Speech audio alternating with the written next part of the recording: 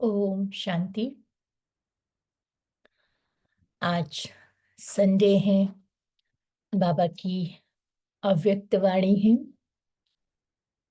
और आज की मुरली में विशेष बाबा ने जमा के खाते को वर्तमान समय के संदर्भ में कैसे बढ़ाना है, उस पर बाबा ने विशेष जोर दिया है।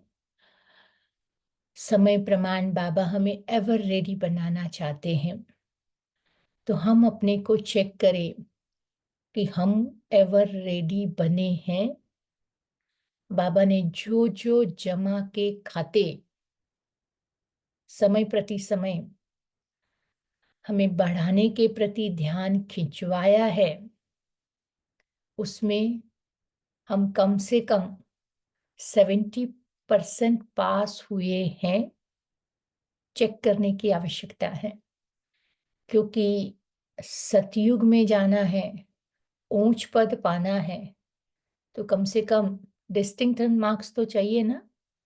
तो 70+ मीन 75 तक तो मार्क हमारे आने चाहिए, तब जाके हम सतयुग में ऊंच पद प्राप्त कर सकेंगे। तो उसके लिए आज बाबा हमें चेकिंग करा रहे हैं। वैसे मुख्य 3 प्रकार के खाते होते हैं, उसको थोड़ा समझने की हम कोशिश करेंगे।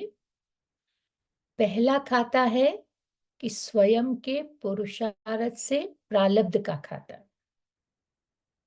स्वयं के पुरुषार्थ के आधार पर भविष्य प्रारब्ध का खाता।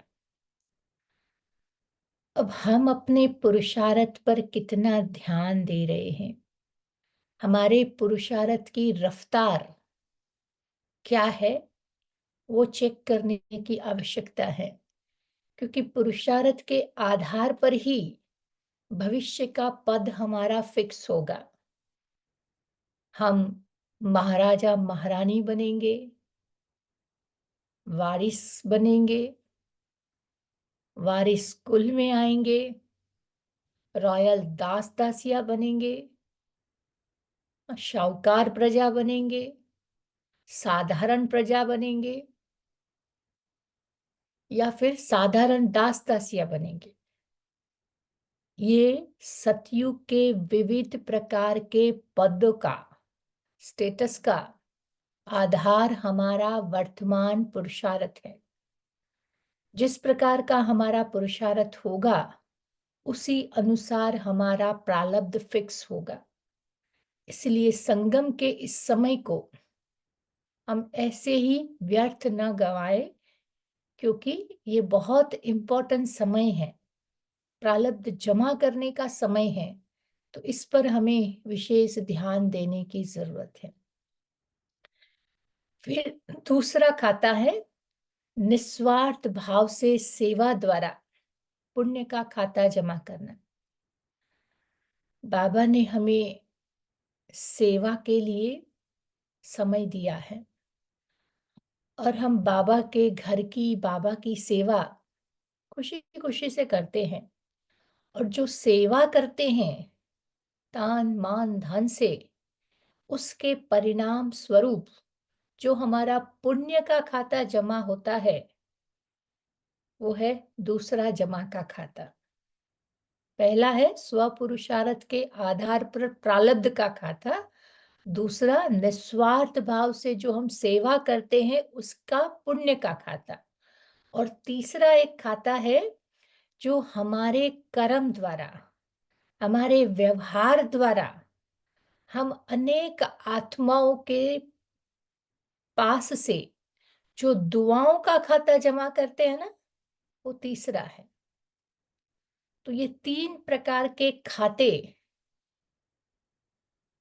हमारे अंदर में हमें चेक करना है।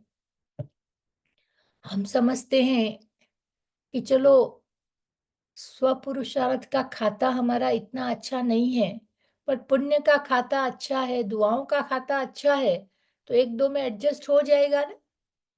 लेकिन नहीं, हर एक का अपना अपना भाग्य है, हर एक का डिपार्टमेंट अपना अपना है।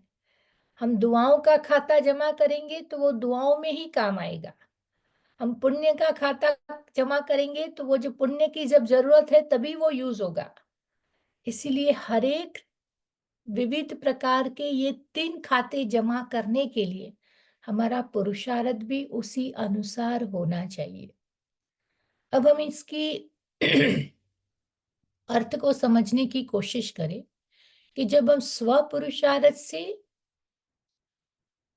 अपना प्रारब्ध जमा करते हैं, वो हमारा सतयुग और त्रेता युग तक चलता है। वर्तमान पुरुषार्थ के आधार पर प्राप्त पद सतयुग और त्रेता युग तक चलता है।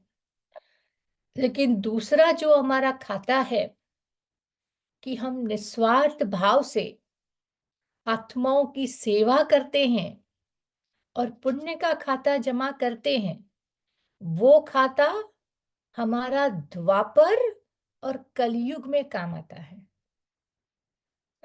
जो हमने पुण्य का खाता जमा किया है उसके आधार पर हमारा द्वापर और कलयुग का पद फिक्स होता है। हमारी अमीरी गरीबी का त्रेता और द्वापर और कलयुग में हम अमीर घराने में जन्म लेते हैं, साधारण घराने में जन्म लेते हैं या गरीब घराने में जन्म लेते हैं, उन सभी जन्मों का आधार वर्तमान ब्राह्मण जीवन में जमा किया हुआ पुण्य का खाता है।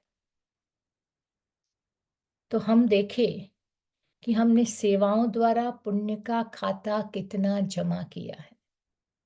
हम देखते हैं ब्राह्मण जीवन में कई आत्माएं इतनी रॉयल होती हैं, उनका बोल चाल चलन, बैठना उठना, बात करना, व्यवहार करना, सब में रॉयल्टी झलकती है।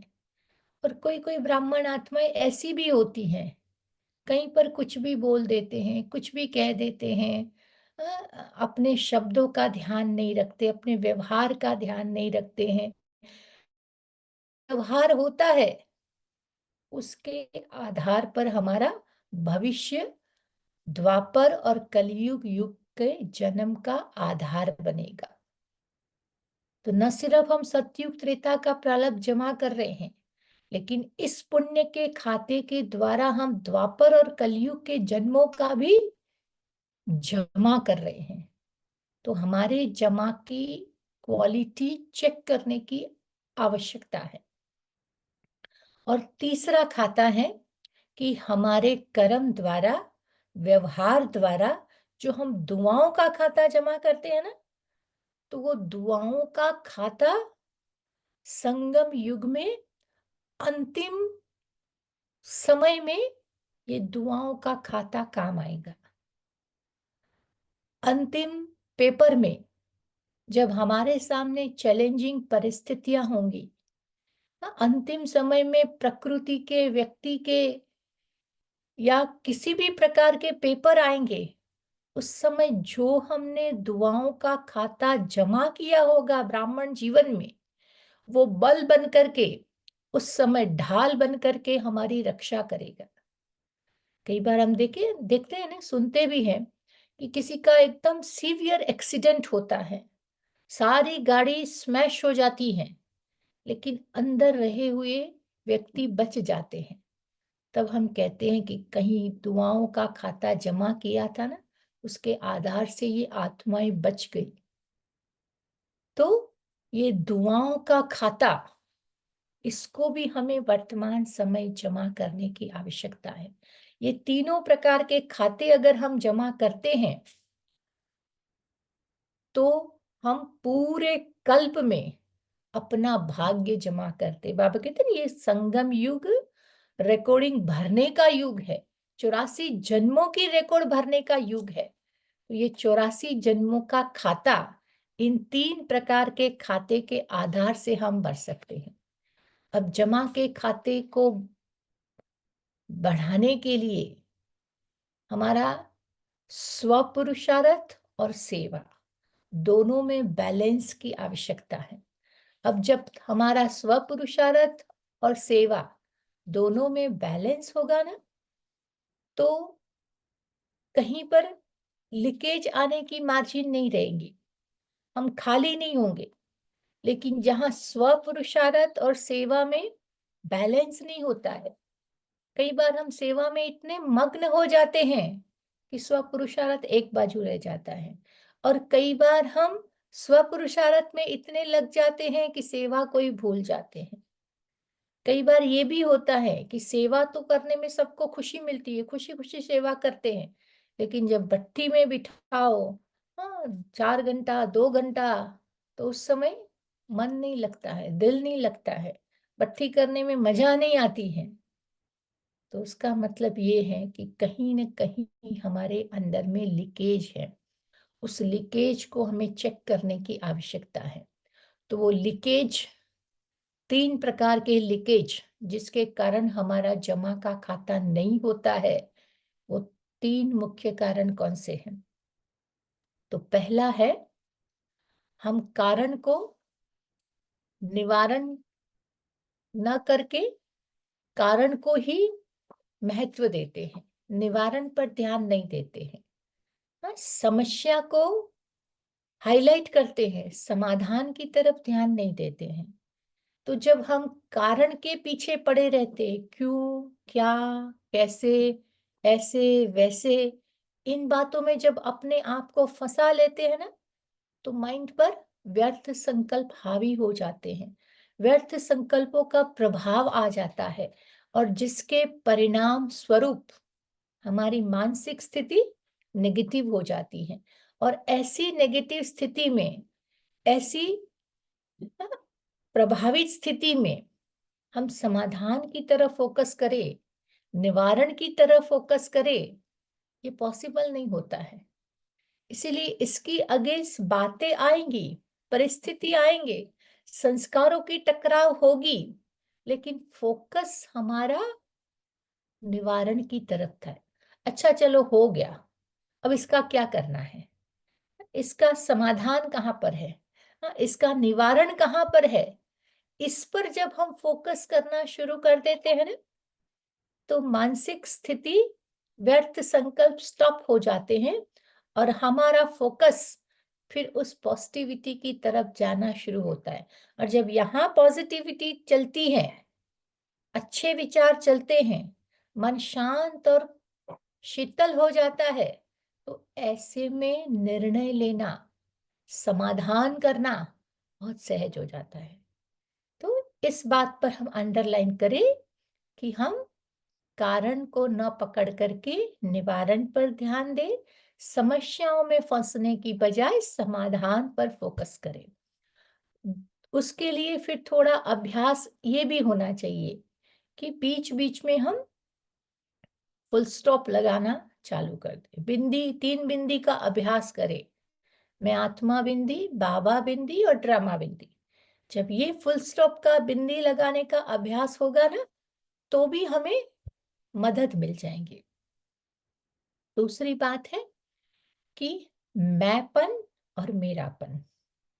आज भी बाबा ने इस बात को अंडरलाइन कराया है मुरली में कि हम मैंपन और मेरापन में फंस जाते हैं। तो बाबा कहते जब भी मैं शब्द याद आए, तो मैं कौन? मैं आत्मा। कैसी आत्मा? विशेष आत्मा, ऊंची आत्मा, श्रेष्ठ आत्मा, स्वमानधारी आत्मा। इसको याद करो, इस पर फोकस करो, तो मैं वाला, बकरी वाला मैं बंद हो जाएगा।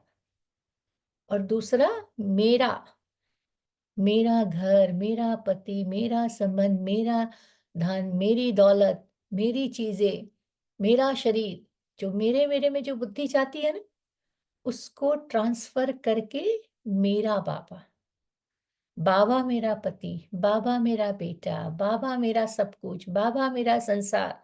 जब मेरा मेरा बाबा में ट्रांसफर हो जाएगा ना, तो फिर हम मैं और मेरेपन से छूटते जाएंगे। और तीसरी बात, निमित्त भाव और निर्माण भाव। जितना हम निमित्त भाव से चलते जाएंगे, निर्माण भाव से कर्म और व्यवहार में आते जाएंगे ना, तो हमारा जमा का खाता प्लस होता जाएगा। और जितना जमा का खाता प्लस होगा, उतना बाबा कहते सारे कल्प की रिकॉर्डिंग हमारी भरपूर होती जाएंगी। और जमा के खाते को बढ़ाने के लिए 5 चीजें और हमें अंडरलाइन करने की आवश्यकता है। तो पहली है कि हम ध्यान रखें हमारे कोई भी कर्म साधारण नहीं हो। मैं विशेष आत्मा हूं, तो मेरे कर्मों में भी वो विशेषता झलकनी चाहिए।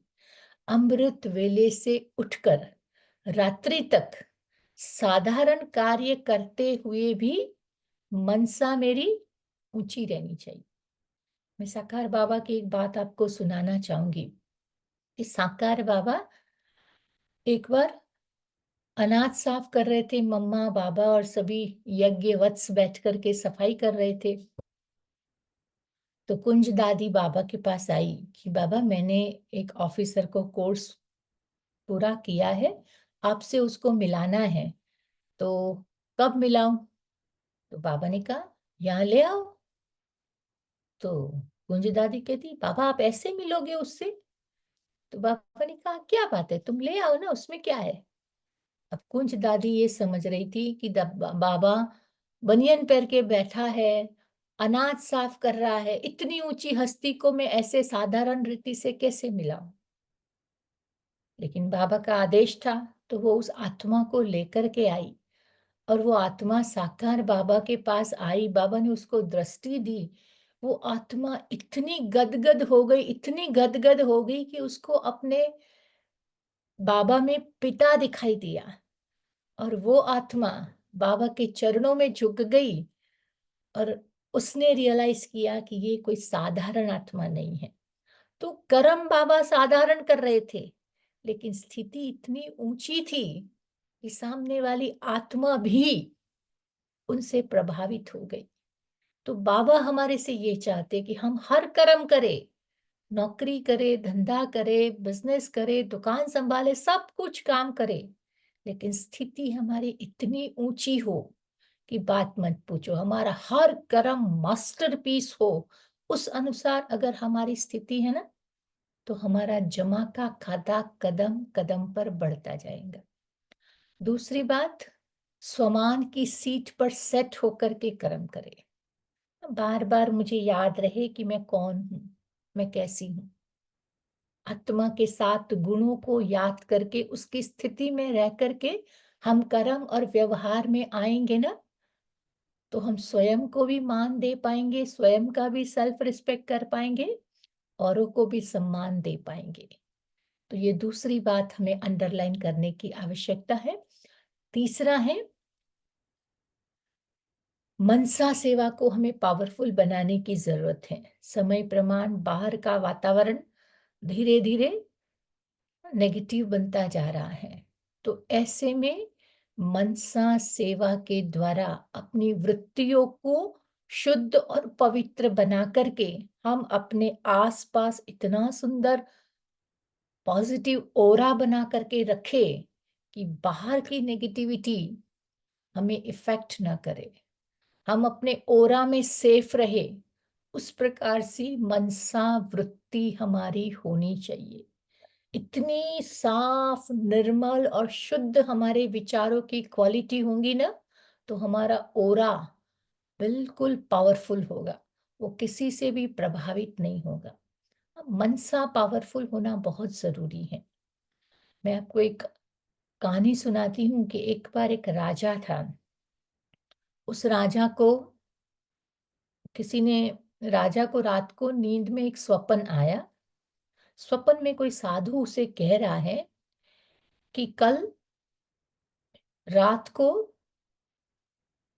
दूसरे दिन रात को एक सांप आएगा, वो फलानी जगह बील में छुपा हुआ है, वहां से वो आएगा और तेरे को काटेगा और तेरी मृत्यु होगी, क्योंकि पिछले जन्म का तुम उसका दुश्मन हो, तो वो अपनी दुश्मनी का वैर लेने के लिए तुम्हारे पास आने वाला है। ये स्वप्न उसको आता है और राजन को लगता है कि शायद कोई साधु ने मुझे बोला है, तो स्वप्न की बात राइट भी हो सकती है। तो बोला, अब मैं इसके लिए क्या करूं। राजा की क्वालिटी बहुत अच्छी थी। अब पिछले जन्म का उसका कर्म था, लेकिन इस जन्म में उसने बहुत अच्छे कर्म किए थे और उसकी मनसा बहुत ठीक थी। तो उसने क्या किया कि जो सांप जिस झाड़ के बील में छुपा हुआ था, वहां से लेकर के अपने राज दरबार तक एक बहुत सुंदर फूलों का मार्ग बनाया और उसके राज दरबार में उसके बेड तक, मतलब उसके पलंग तक उसने वो पूरा रास्ता बनाया। सारा रास्ता फूलों से बिछा करके बनाया। उसमें जगह जगह अत्तर सेंट वगैरह डाले जिससे वो सुगंधी भी आए फूलों के अंदर। और थोड़े थोड़े डिस्टेंस पर उसने दूध के कटोरे रखे। और फिर जब राजमार्ग महल शुरू होता था तो महल के पहरेदार खड़े थे। तो राजा ने सभी पहरेदारों को बोला कि यहाँ से अगर वो सांप आता है, पसार होता है, तो आप लोग उसको कुछ नहीं करेंगे, कुछ परेशान नहीं करेंगे, कोई हथियार नहीं उठाएंगे, उसको आने देना। तो रात हुई, वो सांप बिल से निकला और जैसे ही निकला तो उसने देखा कि ये तो फूलों का बहुत सुंदर मार्ग बिछाया हुआ है। उसने चलना शुरू किया। चलते चलते थोड़ा आगे गया तो बहुत अच्छी सुगंध आ रही थी, तो वो झूमने लगा सुगंध में। फिर थोड़ा आगे गया तो दूध का कटोरा देखा तो उसने दूध पिया। दूध भी बहुत अच्छा टेस्टी बना हुआ था, तो उसने दूध का स्वाद लिया और वो खुश होता गया। थोड़ा आगे गया फिर दूध मिला, तो दूध पीते पीते पीते वो राजमहल के दरवाजे तक गया। तो देखा पहरेदार खड़े हैं, लेकिन कोई उसको कुछ नहीं कर रहे हैं।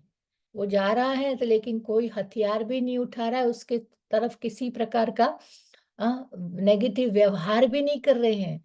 तो वो और खुश हो गया और जाते जाते वो राज दरबार में पहुंचा।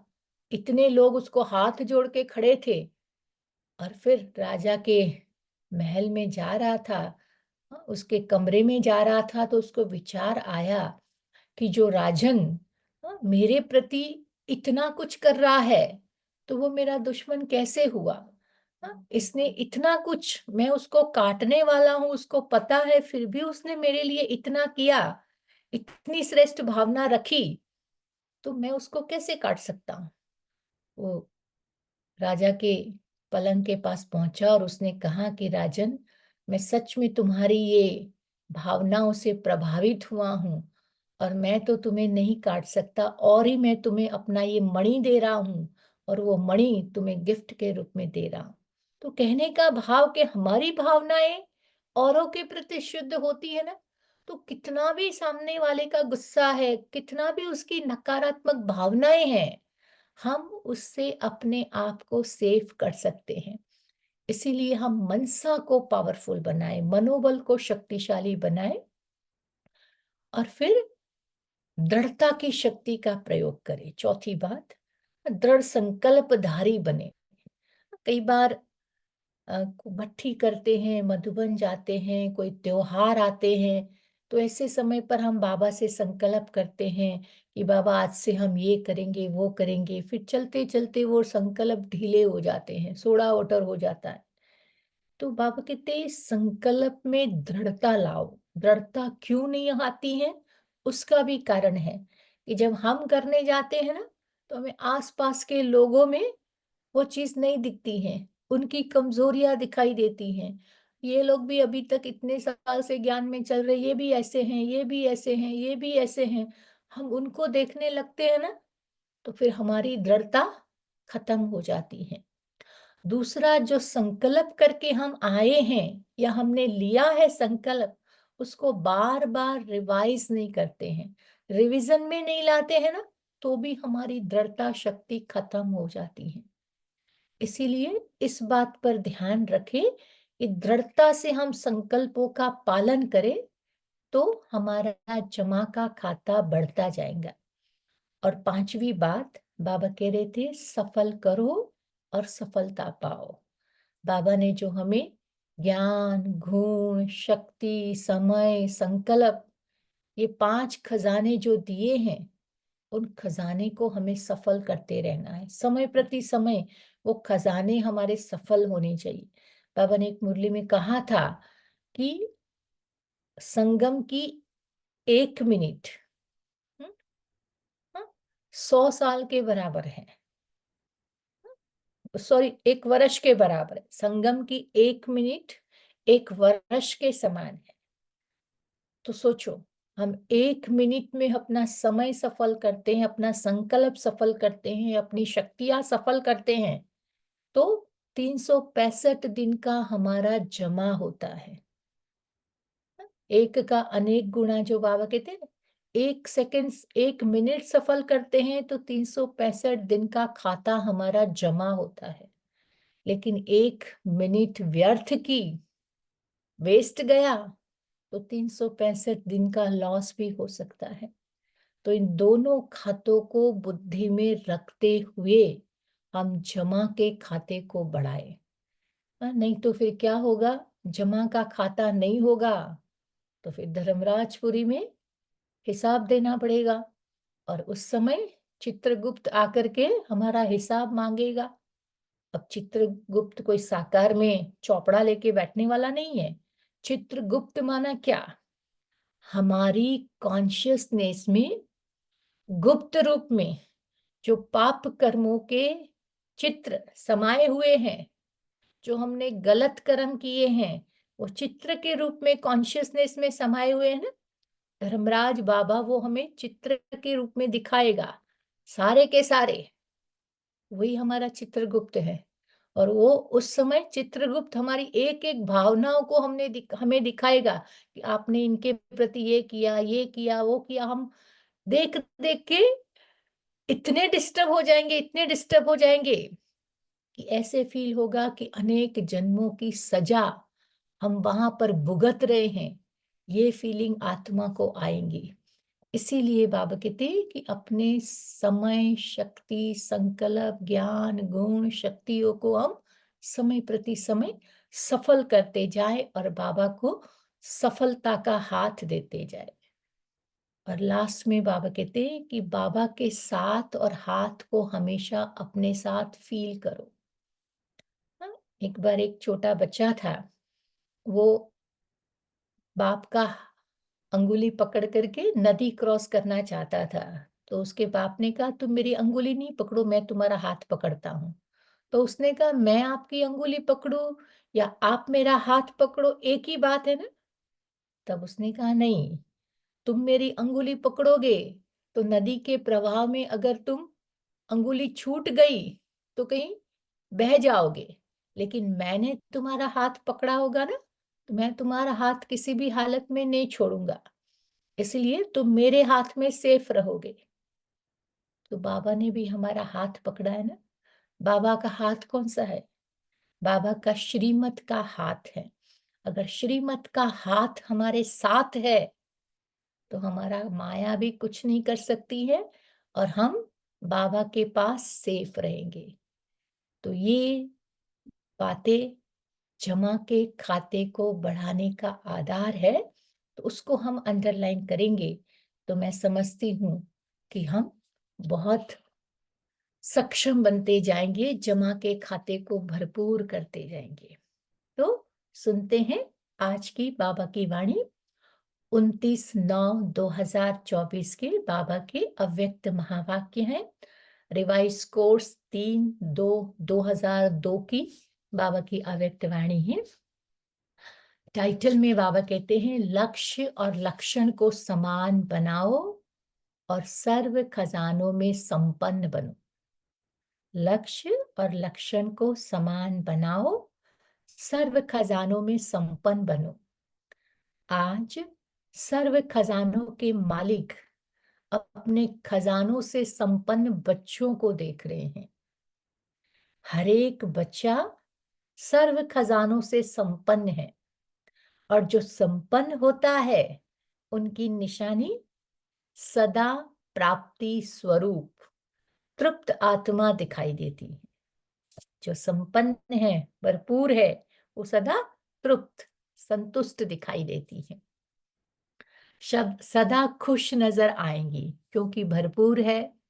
तो हरेक अपने से पूछे कि हमारे पास खजाने जमा हैं या अविनाशी खजाने अब भी प्राप्त है और भविष्य में भी अनेक जन्म साथ रहेंगे। देखो बाबा कह रहे हैं, मैं नहीं कह रही हूँ, बाबा कह रहे हैं कि ये अविनाशी खजाने अभी भी प्राप्त है, मीन संगम में भी काम आएंगे और यही भविष्य में अनेक जन्म हमारे साथ रहेंगे। सतयुग, त्रेता, द्वापर और कलयुग, ये खजाने खत्म होने वाले नहीं हैं। सबसे पहला खजाना है ज्ञान का खजाना। जिस ज्ञान के खजाने से इस समय भी आप सभी मुक्ति और जीवन मुक्ति का अनुभव कर रहे हो। जीवन में रहते, पुरानी दुनिया में रहते, तमोगुणी वायुमंडल में रहते, ज्ञान के खजाने के आधार से इन सब वायुमंडल वाइब्रेशन से न्यारे मुक्त हो। कमल पुष्प समान न्यारे मुक्त आत्माएं दुख, चिंता, अशांति से मुक्त हो। जीवन में रहते बुराइयों के बंधन से मुक्त हो। व्यर्थ संकल्पों के तूफान से मुक्त हो। है सभी मुक्त? देखो बाबा कितना हमारे को ऊंची नजर से देख रहे हैं। अब चेकिंग की हमें आवश्यकता है कि बाबा हमें इन सब बातों से मुक्त करा रहा है। और वैसे भी आप दुनिया वालों की कंपेयर में देखो, हाँ, इनकी कंपेयर में हम 50% तो इन सभी बातों से मुक्त है ही है। 50% थोड़ा कवर अप करने का बाकी रहा है, जो हमें करने की जरूरत है। तो कितने हम भाग्यशाली हैं कि बाबा ने हमें हाँ, नकारात्मक वायुमंडल से, तमोगुणी दुनिया से कमल पुष्प समान न्यारे बनाया है। दुख, अशांति, चिंताओं से बाबा ने हमें मुक्त कर दिया है। बुराइयों के व्यर्थ संकल्पों से बाबा ने हमें काफी हद तक मुक्त किया है। तो हमें ये चेकिंग की आवश्यकता है। तो मुक्ति और जीवन मुक्ति इस ज्ञान के खजाने का फल है, प्राप्ति है। चाहे व्यर्थ संकल्प आने की कोशिश करते हैं, नेगेटिव भी आते हैं, लेकिन ज्ञान अर्थात समझ है कि यह व्यर्थ व नेगेटिव का काम है आना, और आप ज्ञानी तो आत्माओं का काम है इनसे मुक्त, न्यारे और बाप के प्यारे रहना। कितनी अच्छी बात बाबा कह रहे हैं कि मुक्ति, जीवन मुक्ति के खजाने का फल है, प्राप्ति है ज्ञान। ज्ञान के आधार से हम मुक्ति, जीवन मुक्ति प्राप्त कर सकते हैं। इसलिए बाबा कहते ज्ञान है, समझ है, तो उसके आधार से व्यर्थ भी आएगा, नेगेटिव भी आएगा, लेकिन ज्ञान और समझ के आधार से इससे मुक्त रहना, इससे न्यारे रहना, ये हमारा काम है। तो चेक करो, ज्ञान का खजाना प्राप्त है, भरपूर है, संपन्न है या कम है?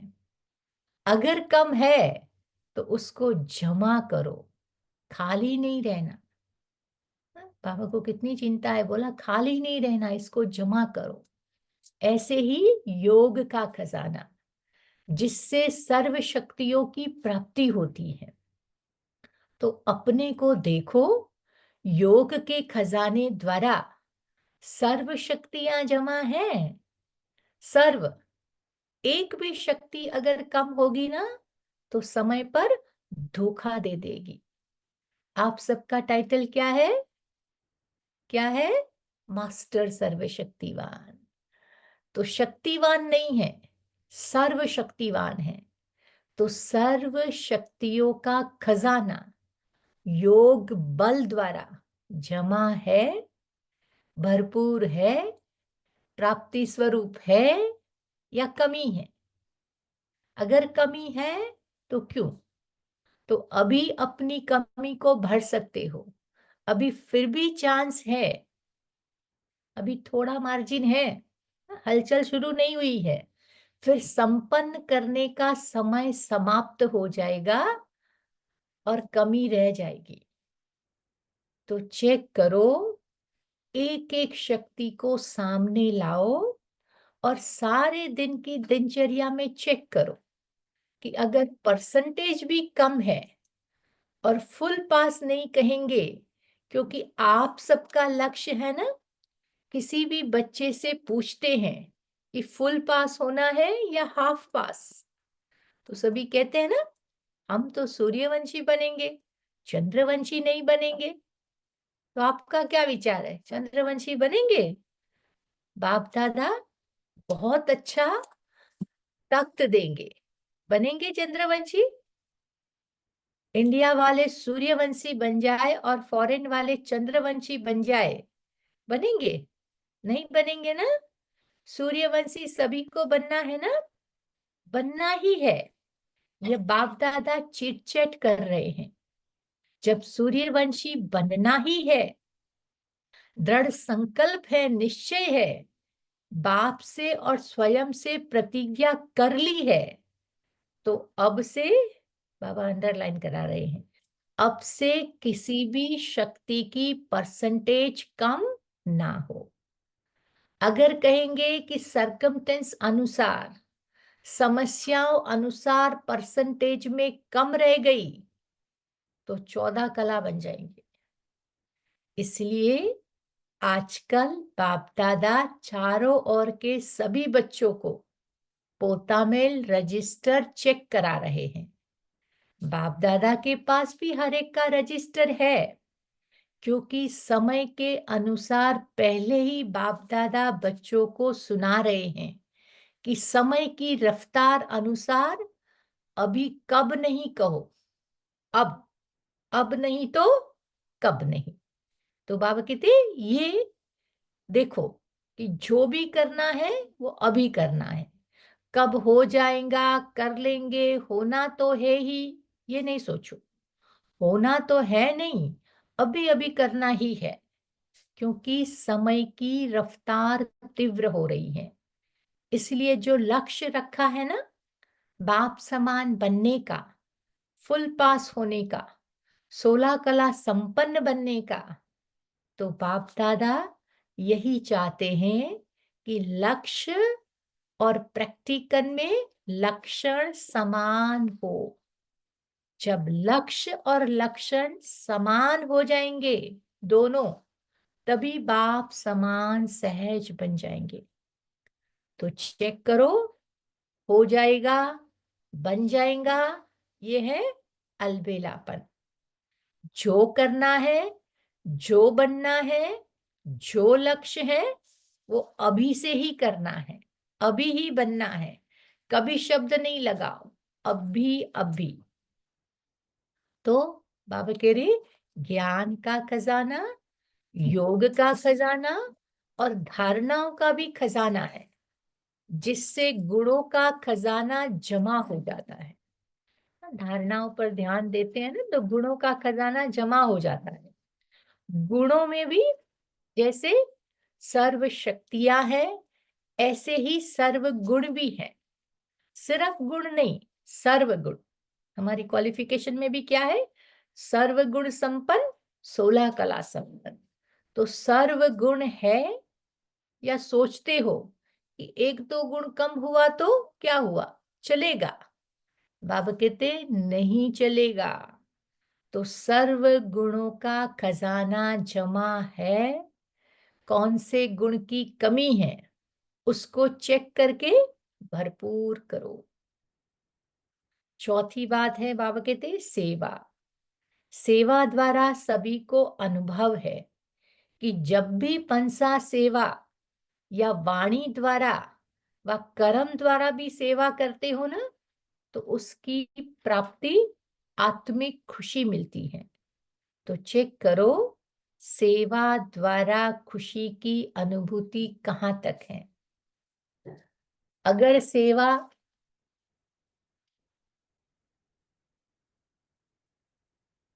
अगर सेवा करते हो और खुशी नहीं हुई, तो वो सेवा यथार्थ सेवा नहीं है।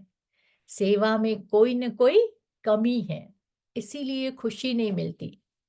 सेवा का अर्थ है अपने को खुशनुम आत्मा, खिला हुआ रूहानी गुलाब, खुशी के झूले में झूलने वाला अनुभव करेंगे। समझा? बाबा कहते अगर हमारी सेवा दिल से है, यथार्थ रूप से हम सेवा कर रहे हैं, तो हमारा चेहरा खुशनुमा दिखाई देगा, खिला हुआ गुलाब की तरह दिखाई देगा। खुशी के झूले में हम झूल रहे हैं, ये महसूस होगा। तो चेक करो, सारा दिन सेवा की, लेकिन सारे दिन की सेवा के तुलना में इतनी खुशी हुई, या फिर सोच विचार ही चलते रहे, या नहीं या नहीं या। और आपकी खुशी का प्रभाव एक तो सेवा स्थान पर पड़ता है, दूसरा सेवा साथियों पर पड़ता है, तीसरा जिन आत्माओं की सेवा की उन आत्माओं पर भी पड़े, वायुमंडल भी खुश हो जाए। बाबा कहते अगर एक मैं आत्मा खुश हूं ना, तो मेरी खुशी का प्रभाव मेरे आसपास रहने वाले लोगों तक जाएगा। हमारे घर का वातावरण खुशनुमा बनाएगा। बाहर से कोई तीसरा व्यक्ति भी अंदर आए, हम उसकी सेवा करने जाए, उसको भी वहां पर सुकून का अनुभव होगा। तो बाबा कहते ये सेवा का रिजल्ट है खुशी। और बात, अब 4 सब्जेक्ट तो आ गई, और 5वां है संबंध संपर्क। वह भी बहुत जरूरी है। क्यों? कई बच्चे समझते हैं कि बाप दादा से तो संबंध है ही, परिवार में नहीं हुआ तो क्या बात है। बाबा से कनेक्शन कई बच्चे जोड़ते हैं, परिवार से किनारा कर देते हैं। क्या हर्जा है, बीच से तो है ही है। लेकिन आपको विश्व का राज्य करना है ना, तो राज्य में संबंध तो आना ही होगा ना। लोगों से तो संबंध होगा, तभी तो राज्य अधिकारी बनेंगे, राजा बनेंगे, तो प्रजा भी तो चाहिए ना। इसीलिए संबंध संपर्क में आना ही है। लेकिन संबंध संपर्क में यथार्थ खजाना मिलता है दुआएं। बिना संबंध संपर्क के आपके पास दुआओं का खजाना जमा नहीं होगा। माँ बाप की दुआएं तो है, लेकिन संबंध संपर्क में भी दुआएं लेनी है। अगर दुआएं नहीं मिलती, फीलिंग नहीं आती, तो समझो संबंध संपर्क में कोई कमी जरूर है। यथार्थ रीति अगर संबंध संपर्क है, तो दुआओं की अनुभूति होनी चाहिए। और दुआओं की अनुभूति क्या होगी? अनुभवी होना। अगर सेवा से दुआएं मिलती हैं, तो दुआएं मिलने का अनुभव यही होगा जो स्वयं भी संबंध में आते, कार्य करते डबल लाइट होंगे, बोझ महसूस नहीं करेंगे, और जिनकी सेवा की, जिनके संबंध संपर्क में आए, वो भी डबल लाइट फील करेगा। बाबा ये गहराई बता रहे हैं कि संबंध संपर्क में आते, उनकी सेवा करते, हमें कोई बोझ महसूस नहीं होता है, हम भी हल्के रहते हैं। और जिन आत्माओं की सेवा करते हैं वो भी हमारे से हल्के रहते हैं। मीन्स हमारे व्यवहार से उनको दुख नहीं पहुंचता है, या उनके व्यवहार से मुझे फीलिंग नहीं आती। हम दोनों हल्के हैं, क्योंकि हमारा व्यवहार एक दूसरे की सेवा के भाव से है। आत्मिक स्थिति में स्थित रह करके हम कर्म और व्यवहार में आ रहे हैं, तो डबल लाइट रहेंगे। तो बाबा कहते अनुभव करेगा कि ये संबंध में सदा हल्का, अर्थात इजी है, भारी नहीं रहेगा। कई कई थोड़े ऐसे ऑफिशियल होते हैं ना, कि जिनके साथ लोगों को बात करने में थोड़ा डर लगता है, थोड़ा ऐसे होता है कि भाई ये पता नहीं ये रेस्पॉन्ड करेंगे कि नहीं करेंगे।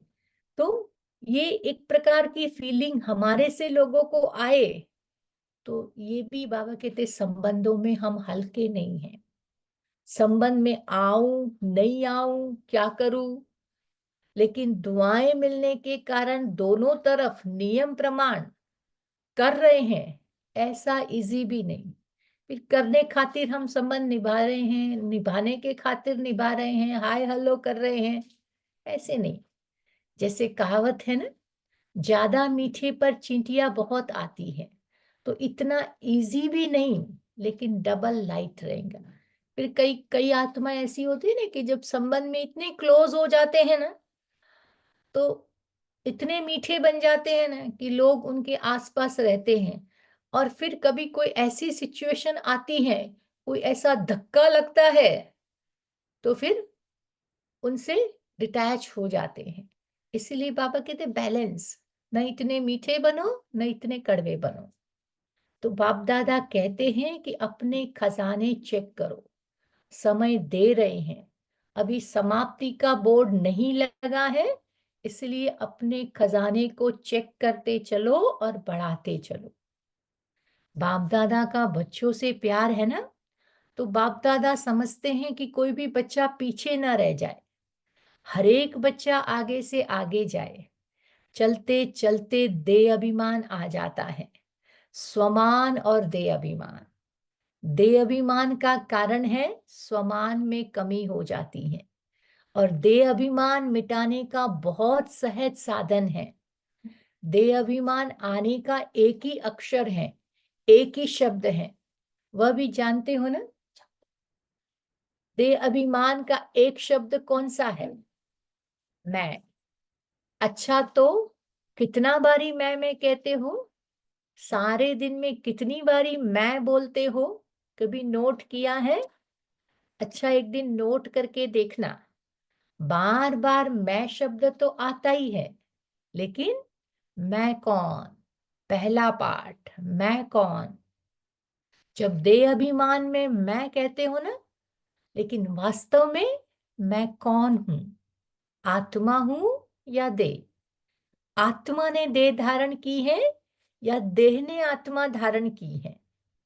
आत्मा ने देह धारण की है ना, ठीक है ना? तो आत्मा ने देह धारण की है, तो मैं कौन? आत्मा हूं ना। तो यह सहज साधन है। जब भी मैं शब्द बोलो, तो यह याद करो कि मैं कौन सी आत्मा हूं। आत्मा निराकार है, देह साकार है। निराकार आत्मा ने साकार देह धारण की है।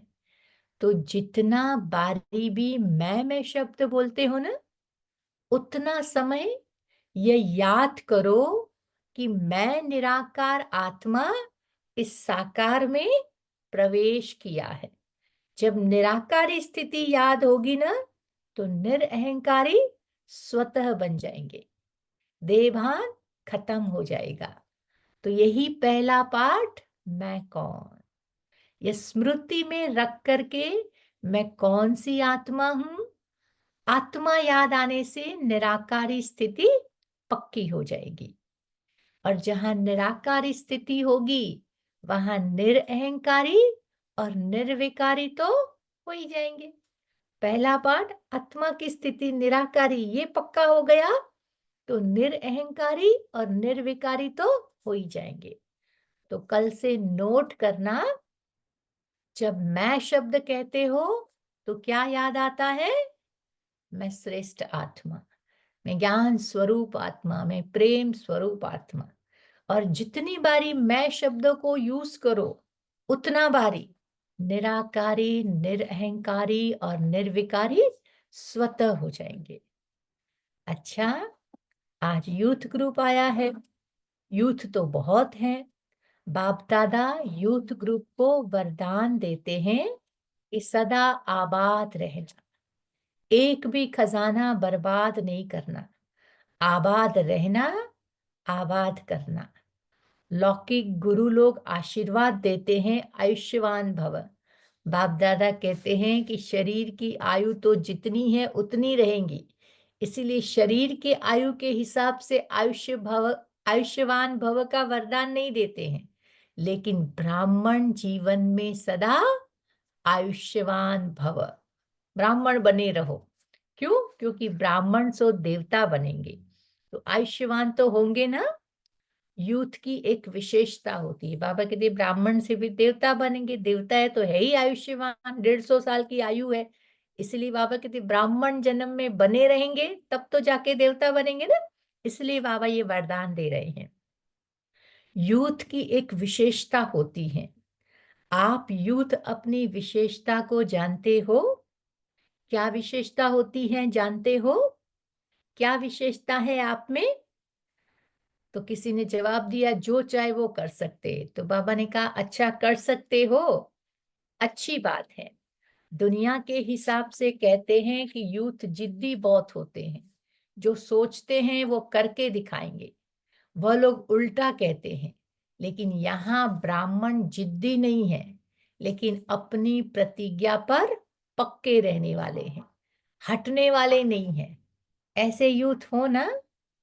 हाथ उठाना तो बहुत सहज है, बाप दादा खुश हैं। हाथ उठाना यह भी हिम्मत है ना? लेकिन रोज अमृत वेले बाप से की हुई प्रतिज्ञा कि हम इस ब्राह्मण जीवन की प्राप्ति से, सेवा से कभी भी संकल्प में भी हटेंगे नहीं। इस हिम्मत को, प्रतिज्ञा को रोज दोहराओ और बार बार चेक करो कि हिम्मत जो रखी, संकल्प किया, वह प्रैक्टिकल में हो रहा है। कौन सी प्रतिज्ञा बाबा ने कही? हम इस ब्राह्मण जीवन की प्राप्ति से और सेवा से कभी भी वंचित नहीं होंगे, इस संकल्प से कभी भी नहीं हटेंगे। गवर्नमेंट तो कहती है कि बस 2-4 लाख बन जाए तो भी ठीक है, लेकिन बाप दादा कहते ब्राह्मण यूथ 1-1 लाख के समान है, इतने मजबूत है। देखो, ऐसे नहीं कि घर जाकर फिर लिख दो कि बाबा माया आ गई, संस्कार आ गया, समस्या आ गई। समस्याओं के समाधान स्वरूप बनो। समस्याएं तो आएंगी, लेकिन अपने आप से पूछो कि समाधान स्वरूप हूं या समस्याओं से हार खाने वाला हूं। आप सबका टाइटल क्या है? विजयी रतन है या हार खाने वाले रतन है? विजयी रतन है ना? ब्राह्मण जन्म होते ही बाप दादा ने हर ब्राह्मण के मस्तक में विजय का तिलक अमर लगा दिया है ना? अमर तिलक लगा हुआ है ना सभी को? तो अमर भव के वरदानी हो। अभी यह अपने से वायदा करो।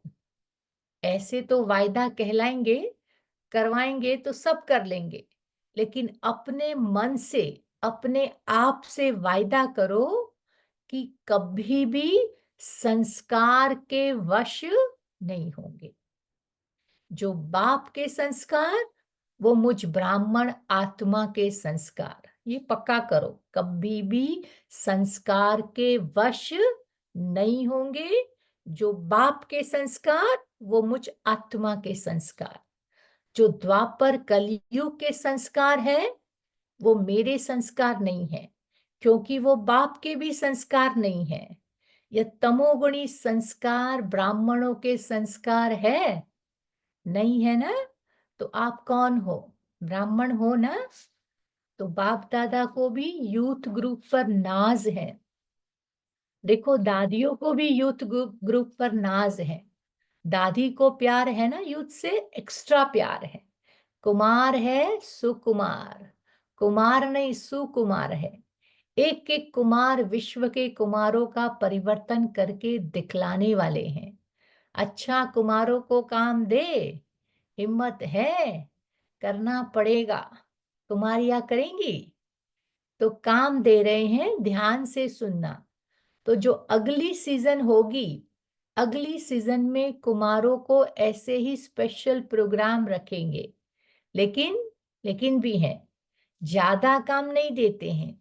एक एक कुमार 10-10 कुमारों का छोटा सा हाथ का कंगन तैयार करके लाना।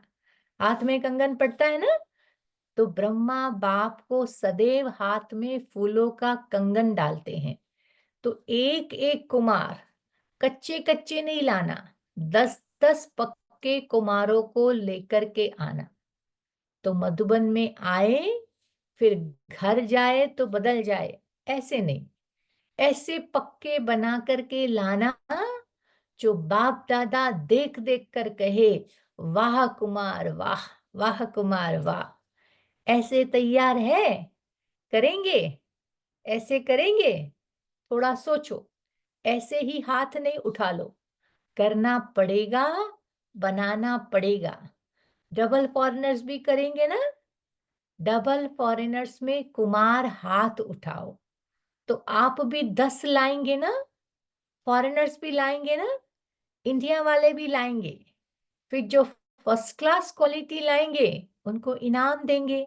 इनाम भी बढ़िया देंगे, घटिया नहीं देंगे। प्यार है ना कुमारों से? अगर गवर्नमेंट को ज्यादा में ज्यादा कुमार पॉजिटिव कर्म करने वाले मिल जाएंगे ना, तो गवर्नमेंट भी खुश हो जाएंगी। अगर आप 10-10 कुमार को लाएंगे तो सारा हॉल कुमारों से भर जाएगा। फिर गवर्नमेंट को भी बुलाएंगे, देखो ये कुमार लाना पड़ेगा, हाँ, बनाना पड़ेगा। अगर अपनी स्थिति, लक्ष्य और लक्षण को समान रखेंगे तो सेवा में सफलता होगी या नहीं होगी? ये संकल्प उठ नहीं सकता, हुई पड़ी है। सिर्फ आपको निमित्त बनना पड़ेगा। ये प्रतिज्ञा सदा रिवाइज करते रहना, कमाल तो करनी है ना। फिर बाप दादा ने पावरफुल ड्रिल कराई कि अभी अभी हर समय बीच बीच में अभ्यास को बढ़ाओ। अभी अभी कार्य में आओ, अभी अभी कार्य से न्यारे, साकारी सो निराकारी स्थिति में स्थित हो जाओ। ऐसे यह भी अनुभव देखा, कोई समस्या भी आती है तो ऐसे ही सेकंड में साक्षी दृष्टा बन समस्या को साइड सीन समझ, तूफान को तोहफा समझकर उसको पार करो। अभ्यास है ना? आगे चलकर तो ऐसे अभ्यास की बहुत आवश्यकता पड़ेगी। फुल स्टॉप, क्वेश्चन मार्क नहीं। ये क्यों हुआ, कैसे हुआ, हो गया, नहीं, फुल स्टॉप। और अपने शक्तिशाली स्टेज पर स्थित होकर के ऊपर उठ जाओ तो समस्या नीचे रह जाएंगी। आप ऊंची स्टेज से समस्या रूपी साइड सीन को देखते रहो।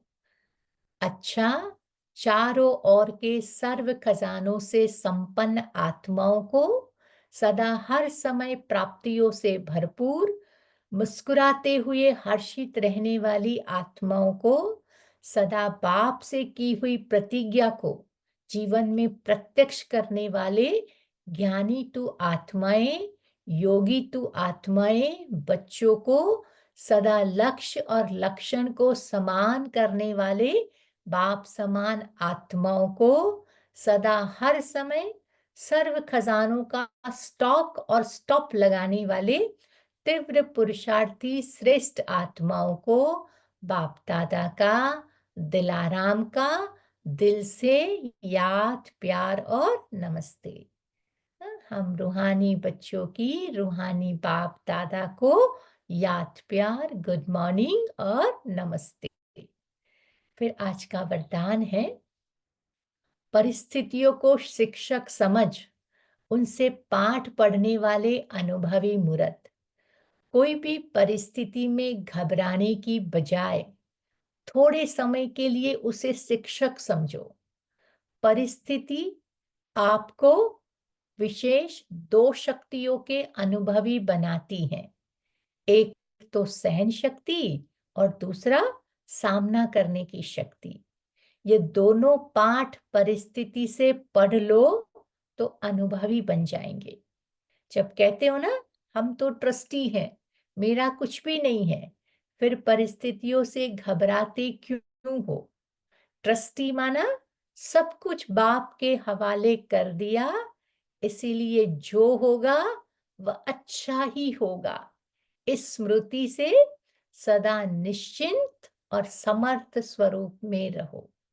समझा? बाबा कहते हैं परिस्थिति को शिक्षक समझो, उससे 2 ये शक्तियां सीख लो कि मुझे सहन करना है और सामना करना है। ये दोनों शक्ति का पाठ हमें सीखना है। और बाबा कहते अपने को ट्रस्टी समझो, मेरा कुछ है ही नहीं है, कुछ है ही नहीं, तो बाबा कहते चिंता करने की बात क्या है? निश्चिंत रहो, तब समर्थ रहेंगे। स्लोगन है, जिनका मिजाज मीठा है वो भूल से भी किसी को दुख नहीं दे सकते। जिनका मिजाज मीठा है, तो ऐसा मीठा मिजाज रखना है। और आज का हमारा अव्यक्त इशारा है कि आधा कल्प से जो भक्ति की है उसका फल ज्ञान सागर बाप और अविनाशी ज्ञान की प्राप्ति होती है। जिस ज्ञान से आप ज्ञानी तु आत्मा बन जाते हो, ज्ञान सागर और ज्ञान में समाये हुए हो, इसीलिए इच्छा मात्रम अविद्या हो। कोई भी अप्राप्ति व इच्छा आपके पास रह नहीं सकती। हाँ, बाबा कहते ज्ञान सागर के ज्ञान में समाये रहो तो किसी भी प्रकार की अतृप्ति या इच्छाएं पैदा नहीं होगी, इसलिए इच्छा मात्रम अविद्या रहो। ओम शांति।